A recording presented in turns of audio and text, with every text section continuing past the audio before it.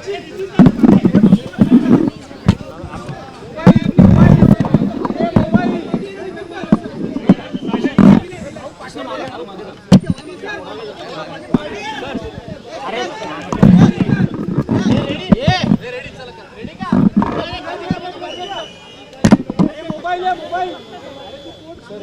Second रे, अरे जल्दी कर रहा है शुभराव।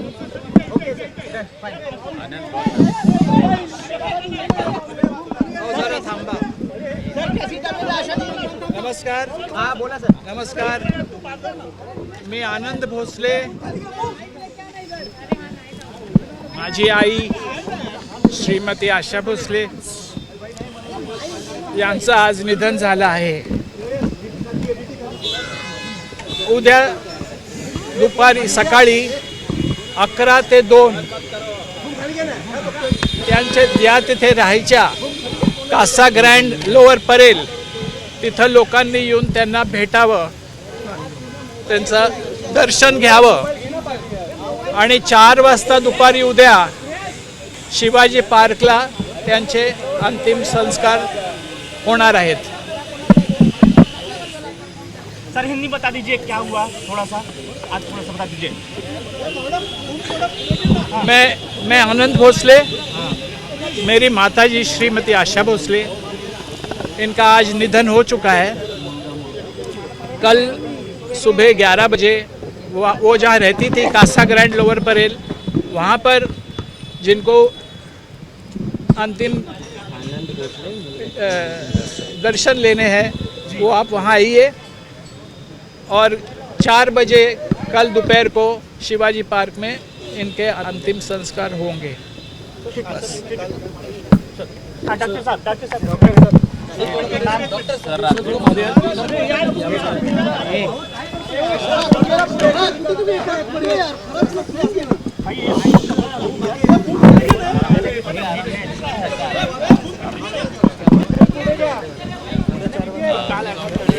बड़े दुख की खबर है कि श्री आशा भोसले जी का आज निधन हो चुका है और उनको मेडिकल प्रॉब्लम थी, उनको मल्टी ऑर्गन फेलियर था, उस कारण उनका निधन हुआ है।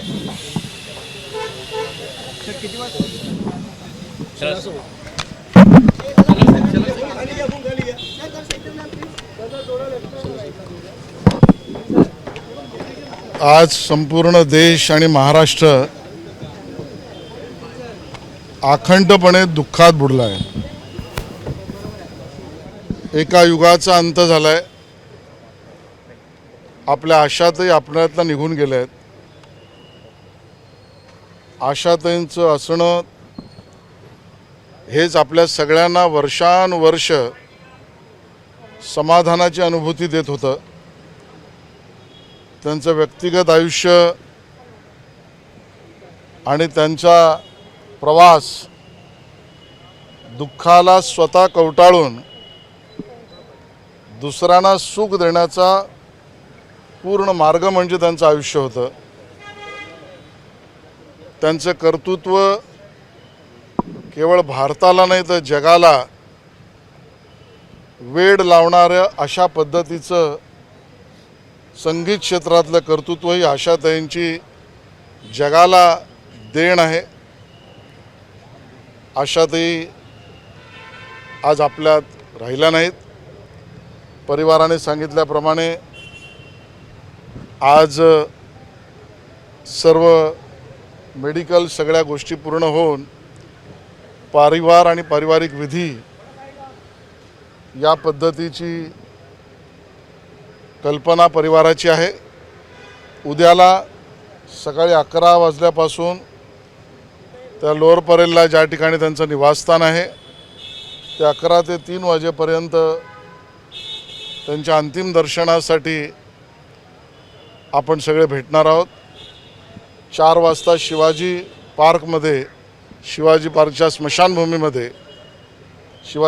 स्मशानभूमीमध्ये त्यांचं अंत्यसंस्कार होतील। मी माननीय मुख्यमंत्री देवेंद्रजींशीही बोललो आहे, त्यांचाही फोन आला होता आणि शासकीय पूर्ण इतमात हा अंत्यसंस्कार होईल। आशाताईंचं नसणं हे आपल्याला आयुष्यभर दुःख देणार आहे.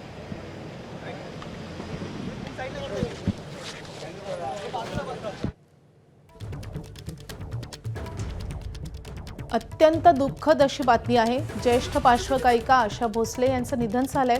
वयाच्या 93व्या वर्षी त्यांनी अखेरचा श्वास घेतलेला आहे. त्यांना काल रुग्णालयात ॲडमिट करण्यात आलेलं होतं. त्यांच्यावर उपचार सुरू होते.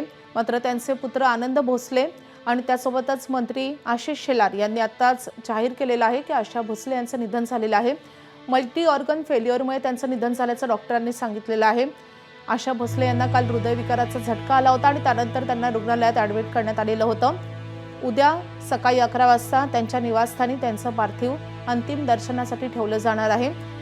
सकाळी 11 ते दुपारी 3 या वेळेत हे पार्थिव अंत्यदर्शनासाठी ठेवलं जाईल आणि त्यानंतर दुपारी 4 वाजता शिवाजी पार्कात शासकीय इतमामात त्यांच्यावर अंत्यसंस्कार केले जातील. मुंबईतल्या ब्रीच कँडी रुग्णालयामध्ये त्यांच्यावर उपचार सुरू होते. सूरसम्रांनी पार्श्वगायिका आशा भोसले आज आपल्यात नाहीत. अत्यंत दुःखद अशी बातमी आहे.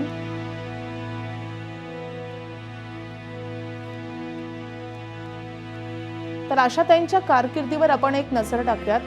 8 सप्टेंबर 1933ला सांगलीत त्यांचा जन्म झालेला होता आणि 93व्या वर्षी त्यांचं निधन झालंय. वडील दीनानाथ आणि आई शेवंती मंगेशकरांच्या पोटी त्यांनी जन्म घेतला.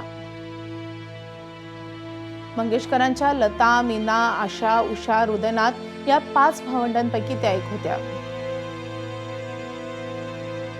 वयाच्या 10व्या वर्षी त्यांनी गायनाला सुरुवात केली. माझा बाळ हा त्यांचा पहिला चित्रपट. सर्वाधिक गाणी गाणारी गायिका म्हणून गिनीज बुकात त्यांची नोंद झाली आहे.